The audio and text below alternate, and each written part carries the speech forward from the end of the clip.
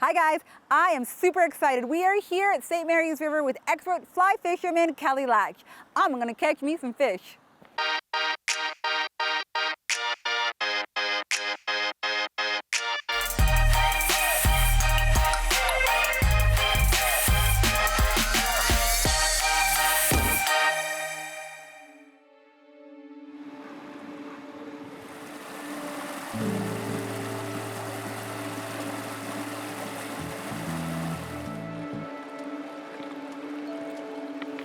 Nice. Okay, watch the line. Kelly, thanks for joining me today. Oh, you're welcome. Thanks for having me. Yeah, I'm very excited to be down because in my most recent years, I've really seen a resurgence, or maybe just within my own life, it's come into view a little bit more, of people of my age and within my community getting out on the river, and specifically fly fishing. So I came after you in this conversation because I really wanted to learn more, and I hear you're one of the best. Thank you. That's very, very nice of you. Yeah, fly fishing has become a bigger and bigger sport, especially in the Kootenays now. We're seeing more and more people, especially folks that are trying to be outdoorsy more, wanting to do more hiking, and that fly fishing just falls right in along with those other sports too as well. Yeah, I find like the quality of life is really the aspect that brings people into it. And it has a lot to do with health and wellness. When you think about it, I think when I was younger, I didn't see that part of fishing. But now coming into age, it's one of the most dominant reasons to get out into the water is to have that peace. Sure, and when you're in a beautiful place like we live in the Kootenays, it's so easy to get to these pieces of water and fish. The fish we have are really relatively easy to catch, so they're really, really fun. It's all catch and release. It's super, super fun. Excellent. Tell me about the fish that we have, specifically the St. Mary, Okay. but what other waterways do you run through? And as a collective, what do you find? Well, the Kootenays has probably some of the best river fishing in North America, and we have clients that travel from all over the world to come visit here. And it's mostly because they fish for one of two fish, and one is a West Slope cutthroat trout, and the other is a bull trout. Both of those species are very coveted by fly fishermen as a catch and release species. Okay. And they're super fun to fish for. Wonderful. As you'll see. I think something that I'm interested to know is what started you? When you were young, there was a passion point. Yep. What is that? It started when I was a little boy. I always tell people it skips a generation. My father didn't fish in at all, but my grandfather was an absolute maniac fly fisherman. And so it skipped a generation and ended up with me. So cool. I've been doing it since I was a little boy. So there's a lot of nostalgia in it for you. Yeah, there was, especially at the start, there was an awful lot, but then it took on a whole other life of its own, right? Excellent. So. You travel a lot too, so you have a great many stories, I have no doubt. But is there one that stands out above the rest? Yeah, and it's kind of surprising, you know, when you kind of fish a lot of places in the world and travel a lot to fish, people think that it's always about the biggest fish you've ever caught that's the most important. And honestly speaking, for me, probably the most magical place I ever visited I was with my wife Karen and I and another friend of ours, and we were in West Yellowstone, in Yellowstone National Park, and we fished a river called the Fire Hole. And it's probably one of the most magical places. And the trout were all little brown trout, and the biggest one was about 12 inches long. Yeah. But we caught lots of them. What was amazing was it was one of those days where it started to lightly snow. And the geysers, the steam off the geysers were everywhere, and we had a herd of buffalo crossing the Firehole River just above us at the same time. Essentially, you were in a National Geographic magazine. It literally is, you couldn't have pictured it better, and it was just absolute And magic. what a beautiful memory with your wife as well. Yeah. Because you guys are a team. You do this together. Yeah. That's a beautiful thing. Yeah, it is. It's actually, they'll tell you a lot of times it's hard for husbands and wives to work together, but Karen's passion for fly fishing rivals mine, so it works out pretty well. That's wonderful. Yeah. Very good. So with St. Mary Angler Fly Fishing, how long have you been in business? We started the retail store in 2000. Okay. So we've been in business 21 years. And then so what what aspects do you have under the business? What do you do? Well, the business is a retail store, but it's also a guide service. So we run anywhere from 2 to 5 guides. Obviously, the pandemic has slowed things down a bit for our traveling guests. So, but we also do hosted trips to many destinations all over the world, particularly Christmas Island in the South Pacific and the Bahamas, Long Island in the Bahamas. Remind me to look into that. Yeah. Yeah. And so through the company locally, where do you find most of your tours heading? We guide primarily on the St. Mary River. We have 4 different stretches on it. We float out of rafts. And we guide the Elk River as well too. We guide on the Skookumchuck. We take anglers to the Bull, which is arguably one of the most beautiful rivers in our area. Well, yeah. So, yeah. Excellent. And then, so do you find yourself, there's got to be a certain linguistic kind of welcome when you have new people coming into the area? Is there a regular statement that you say to new people coming into a tour about our area or about safety or about species? What's your go-to for new? It's tours? more about what their expectations always are, that they're going to go out and they're going to have an experience, but I think they underestimate how incredible their experience is really going to be. Like most places in the world, I think a lot of us take for granted how beautiful a place we live in right here. And I think once you get on the river, you start to really see just how beautiful this region really is. And it is an incredibly beautiful place. You're a memory maker. Oh, yeah. That's what you get to do for a living. That is pretty much what we do. How wonderful. Yeah, it's really good. Yeah. So is there, on the water and within your industry, is there a conversation about sustainability? Yeah. In fact, it's probably one of the number one factors in our fishing industry. You know, our fisheries have for many, many years been under a lot of different threats, whether it was extensive logging, but we need those things. We need logging industries, we need industries in our area for our communities to survive. And I think our technology is finally getting to the point that we can balance those things. It really comes down to, you need companies like ours as stewards of our water, and that's something that most people maybe don't realize, that guides catch a lot of fish, but we're the first ones to raise the alarms if there is something wrong with our fishery. As an example, the St. Mary just went under a time closure because of warming water. And while we're having this conversation, we're out here early in the morning. And the reason we're out here early is because it's easier on the fish to catch them earlier in the morning when the water temperatures are quite cool. And as the water warms, it gets to too warm a temperature, and then it's not as good to be fishing over them. I find you to be quite an educator. We first started speaking earlier this morning, and I have learned a great many things. Good. Just from being at your side. So I imagine you bring that into each and every tour, every time you have someone out on the water. Yeah, a little, but you sort of try and read why are people coming on a trip? Are they coming because they want to catch a lot of fish, or are they coming because they really just want to have an amazing, beautiful experience on the river? Fish will always be part of that, but the act of fishing doesn't always equate to catching, which you may see a little later on here, but we're going to try and do everything we can to help you with that. So you mentioned earlier that there's kind of a growth in women coming into the sport. Do you find that the younger generation is coming and having that interest in getting out on the water? I think they're the biggest group.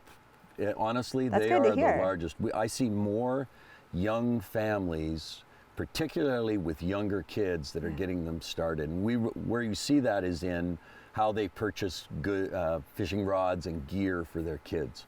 And where 15 years ago it was pretty much dominated by 35-year-olds and above, and even older. Now we're seeing more and more and more young people. We had 2 new doctors that just came to the area. They moved here for the lifestyle, and they came into the fly shop specifically for the single reason that they've got a young family, but they want to start fishing so that they can have their kids fishing as well, because they know it's such a big part of the lifestyle of the Kootenays. So stewardship, leadership, education, Sure. these are all things that are a part of your business, not just getting out on the water and catching the big one. No, catching a big one is really fun, but Okay, that wait, but- also comes. Tell me about your big one, What one? the big one. The biggest fish I've ever Do you caught? have that story? Do I have that Yes. story? I'll lean in, it's important. Okay. So the biggest fish I've ever caught, if we're talking freshwater, are we talking saltwater? One of both. Okay, largest saltwater fish, I landed a 25-pound giant trevally in Christmas Island with an 8-weight fly rod, which is actually considered almost impossible because the species is so powerful. So a 25 pound giant trevally is about that big. Yeah. So they have an incredible amount of power. They're super, super strong. So they're normally fished with a very heavy, powerful rod. But this fish happened to come into a shallow area, and I made a couple good casts, and I hooked him. And the fight lasted probably 35 minutes to 40 minutes before I could land him. And That's a tough one. it was a tough one. Yeah. That's probably the largest. I've hooked bigger fish than that, but that was probably the most exciting fishing because I was using a tool to fight the fish with that was pretty much underpowered with what that species could handle. Yeah. Biggest trout in the Kootenays, probably on the Columbia River where I guide over by Trail BC. Pretty common for us to catch rainbows upwards of 27 inches, which would go 7, 8 pounds in the river, which are really incredibly strong rainbow trout. So Nice. those are my big ones. You want to get out there and show me a thing or two? Yeah, but we need to get you into a set of hip boots. So I think we have a pair over here for you. Okay. Okay? Let's do it. Okay.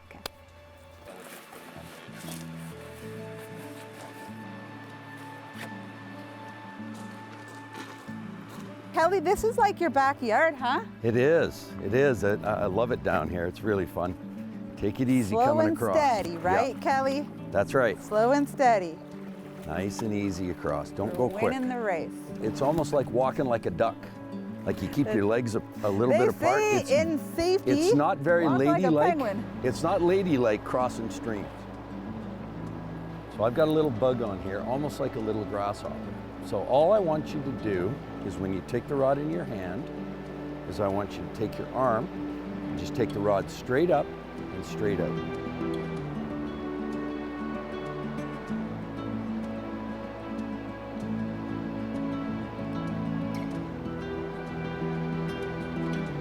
Strategy is I have this beautiful run and there's a bunch of fish out here and I'm going to try and trick one of them or several of them to eat a fly by presenting it correctly with that fly rod. Oh, Kelly! Ah! Had him for a second.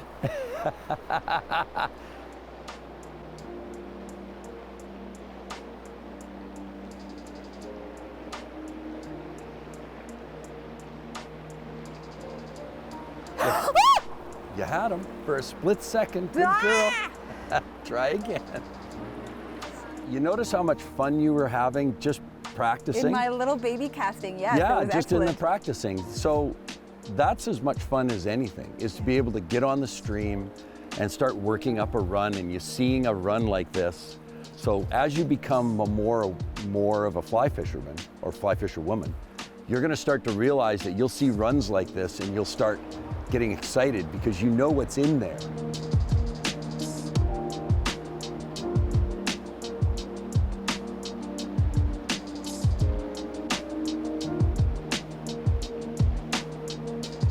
People in the industries like medical community, like doctors and lawyers love it, executives.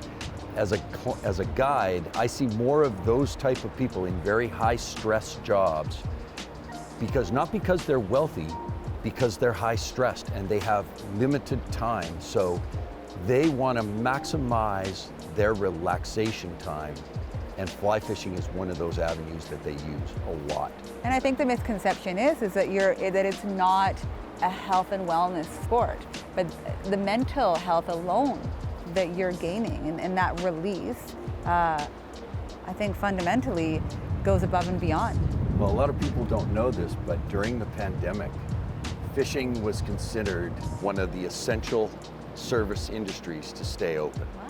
They kept us open because we provided the equipment to help people get out in the open air where we were safe. Dolly, you've hooked 5. The only reason we're not landing them, I think it's the screaming in between the hookups that might be the issue.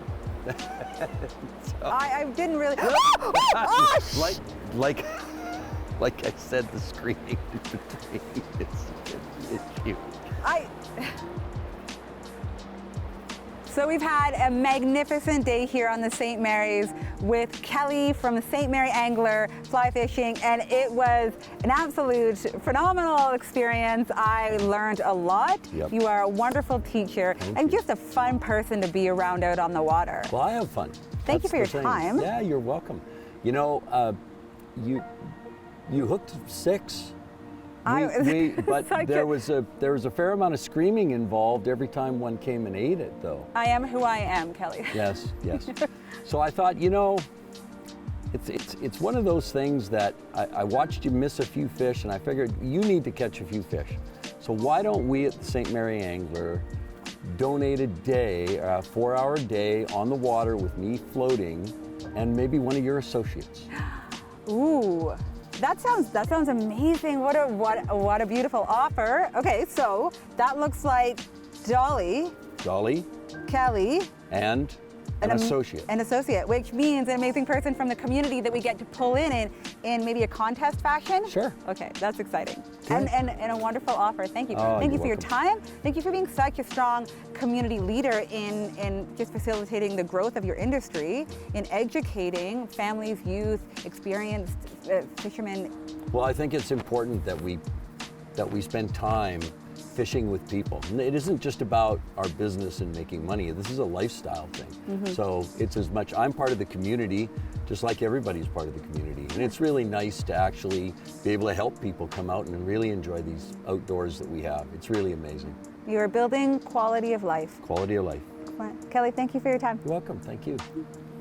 And that's a wrap. Special thanks to Kelly Latch of St. Mary Angler Fly Shop. Don't forget to check out the contest details right after this. We'll see you next time.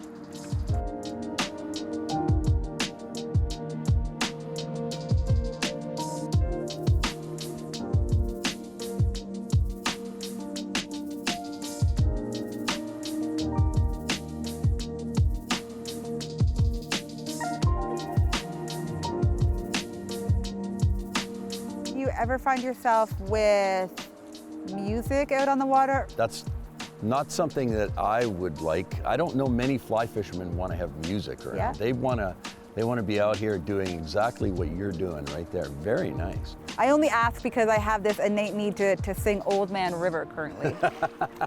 Old Man, right? You can sing along. I don't think so.